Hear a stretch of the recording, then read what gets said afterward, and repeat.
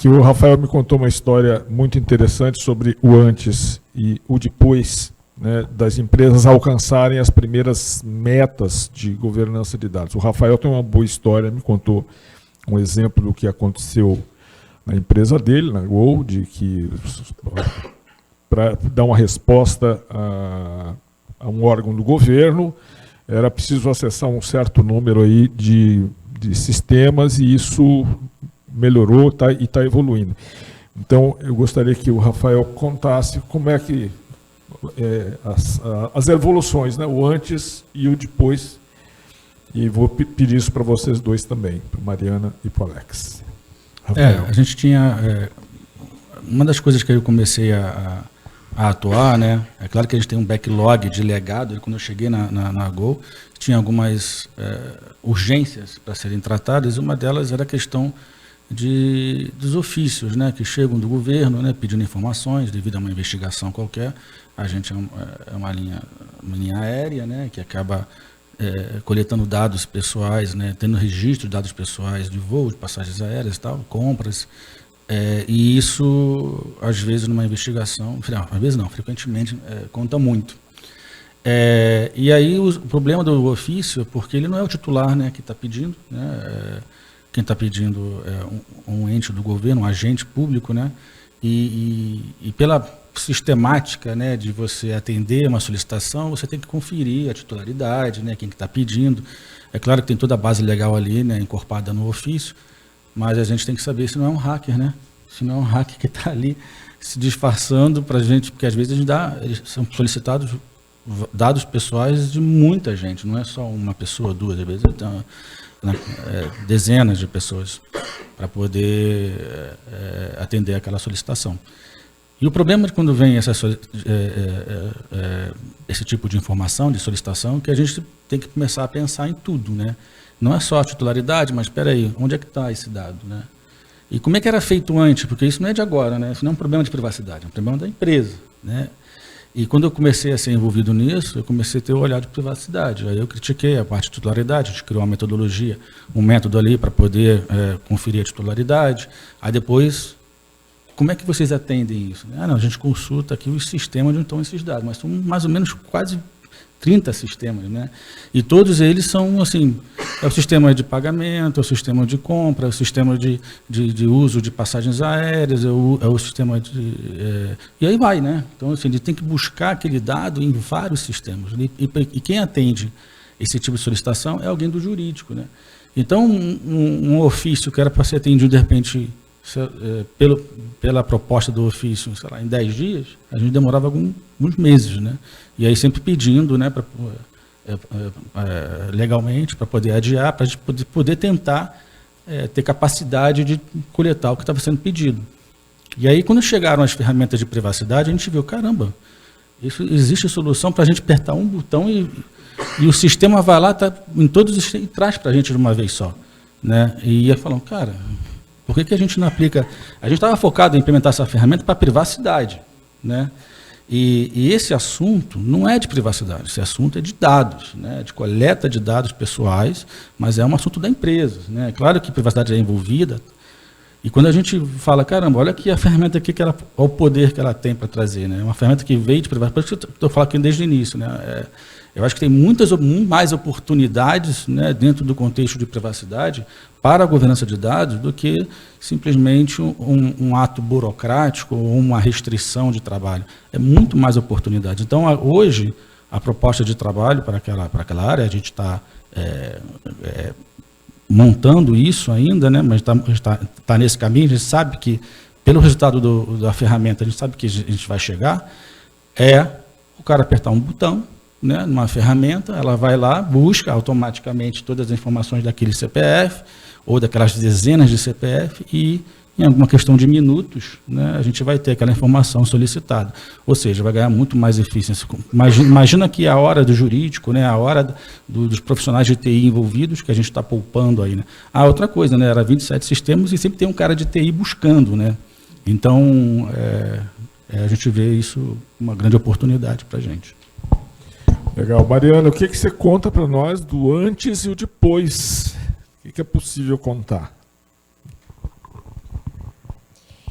A gente revolucionou ali, porque assim, dá para falar um pouquinho de atendimento ao titular também, né? Mas assim, acho que o principal, que é um foco que eu acho que as empresas costumam deixar para depois, é a minimização, né? Então, acho que isso foi um diferencial, porque não somente ter o mapeamento dos dados, mas fazer a avaliação dos riscos e assim, você fazer isso para o legado é muito grande.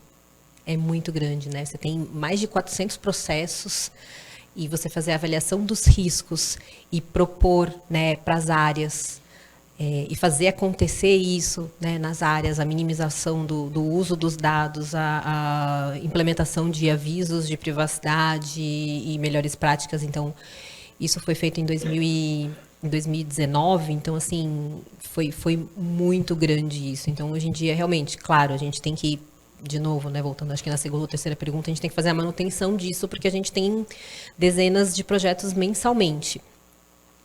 Mas eu acho que isso foi assim uma decisão bem arrojada, que veio de cima, veio com apoio dos executivos, não seria possível mesmo sem o apoio da liderança. E realmente foi meio um tsunami assim passando pela empresa para que isso fosse respeitado. Com relação ao atendimento aos titulares, né, acho que foi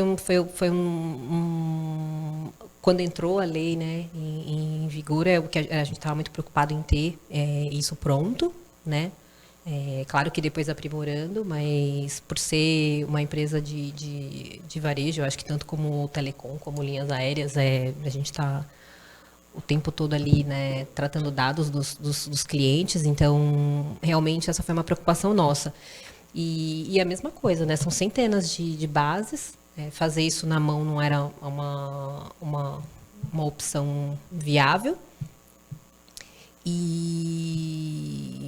Então foi bem interessante. A gente implementou soluções, né? A gente implementou ferramentas para fazer esse atendimento. São milhares de atendimentos já.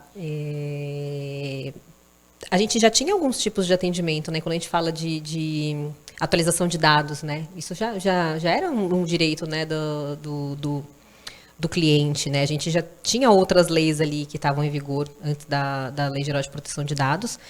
Então, acho que a gente também, de novo, acabou puxando para a privacidade, né? Ou centralizando ali na privacidade algumas necessidades dos clientes que já aconteciam, que era de ter seus dados atualizados, que era de conseguir fazer uma exclusão de cadastro e criar um novo cadastro, né? Quem nunca teve problemas aí, né? De ter um e-mail muito antigo, que não consegue mais fazer uma recuperação de senha e tudo mais. Então, a gente trouxe à tona aí algumas necessidades antigas de negócio. E uma das dificuldades, claro, foi até invejo um pouquinho os bancos, né? Porque geralmente o banco ele já tem ali reconhecimento facial, ele já tem tudo aquilo, né? Já tem uma necessidade de solicitação de documentos e informações ali na hora do cadastro, que quando você precisa atender o titular, você pode perguntar inúmeras coisas, inclusive fazer reconhecimento facial e tudo mais, porque você já pediu aquilo para o titular, né? Mas como você vai fazer para garantir que o titular é ele mesmo?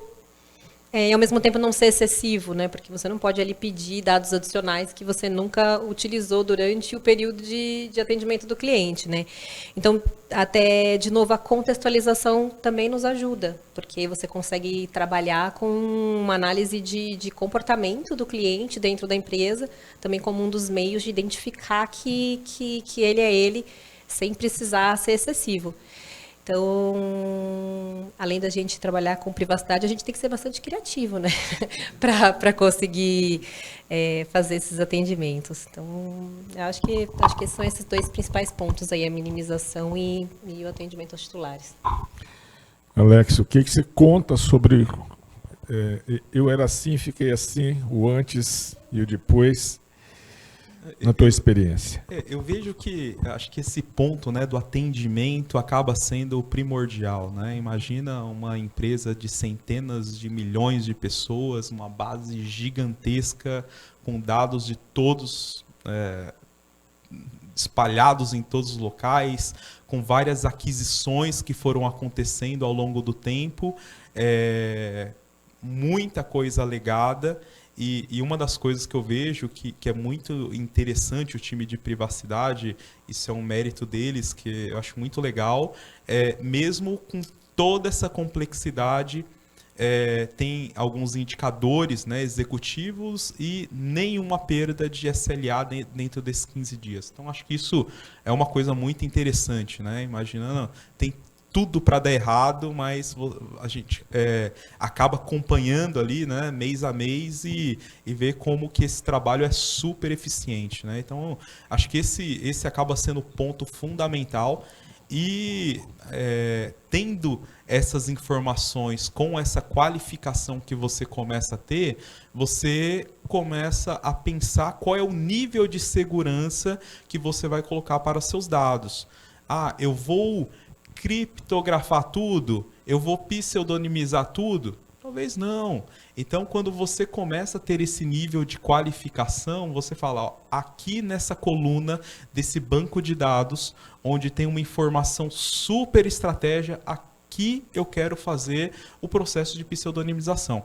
Então, acho que o grande ganho que tem com tudo isso, né, fora essa questão da resposta ser muito assertiva, muito rápida, é essa questão de você conseguir utilizar recursos, tanto financeiros quanto tecnológicos, para, de fato, aquilo que é sua dor.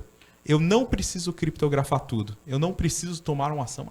Vamos tomar uma ação de anonimizar os dados de uma forma geral. Às vezes não. Quando eu tenho essa qualificação, eu consigo ser muito assertivo, ser muito específico naquilo que eu estou fazendo. E acho que o ganho, né, tanto de tempo como até mesmo financeiro, é fantástico. Então, acho que esse acaba sendo o grande ponto aí, Paulo, dessa mudança, né, do antes e o depois.